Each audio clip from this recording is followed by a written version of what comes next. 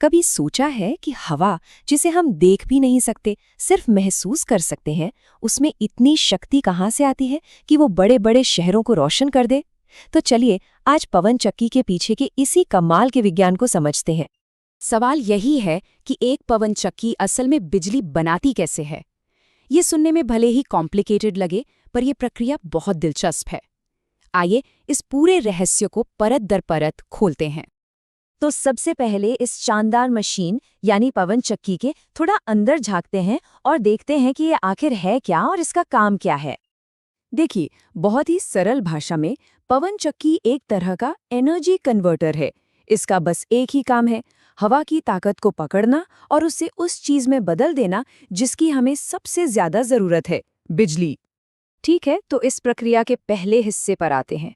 यहाँ हम देखेंगे कि कैसे हवा की ताकत एक घूमने वाली रॉड यानी शाफ्ट में बदल जाती है। ये पूरी तरह से मैकेनिकल है, एक तरह का मैकेनिकल जादू।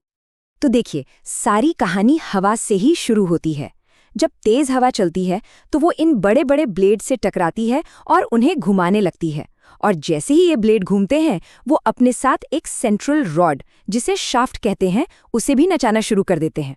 बस हवा की एनर्जी अब ब्लेड से शाफ्ट में पहुंच चुकी है। और अब आता है सबसे जरूरी हिस्सा, वो हिस्सा जहां मैकेनिकल मूवमेंट यानी घूमने की ताकत इलेक्ट्रिकल एनर्जी यानी बिजली में बदल जाती है। वो जो शाफ्ट घूम रहा था ना, वो सीधे एक जनरेटर से जुड़ा होता है। तो जैसे ही शाफ्ट घूमता है, वो जनरेटर के अंदर लगे मैग्नेट और कॉइल्स को भी बहुत तेजी से घुमाता है।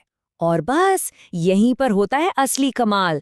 जनरेटर के अंदर ये जो तेज घुमाव है, यही इलेक्ट्रिक करंट यानी कि विद्युत धारा पैदा करता है। और ये विद्युत धारा क्या है? ये कुछ और नहीं, बस बिजली के चार्ज का बहाव है, जिसे हम पावर के तौर पर इस्तेमाल करते हैं। तो जनरेटर के अंदर जो जादू हो रहा है, वो असल में इसी करंट को बनाने का काम है।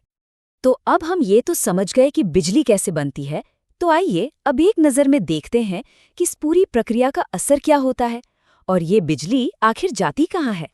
यहाँ जो बिजली बनती है, वो तारों के एक बड़े से नेटवर्क के जरिए हमारे घरों, स्कूलों और फैक्ट्रियों तक पहुँचती है। जी हाँ, ये वही बिजली है जिससे हमारी पूरी दुनिया चलती है। तो पूरी प्रक्रिया एक चेन रिएक्शन जैसी है ना? हवा ने ब्लेड को घुमाया, घूमते ब्लेड ने शाफ्ट को घुमाया, घूमते शाफ्ट ने जनरेटर को चलाया और चलते जनरेटर ने बिजली बना दी, एक के बाद एक, बिल्कुल सीधा और सरल। तो अगली बार जब तेज हवा चले तो एक पल के लिए रुकिएगा और महसूस कीजिएगा, वो सिर्फ हवा नहीं है, वो हमारे घरों को रोशन करने वाली एक छिपी हुई ताकत है।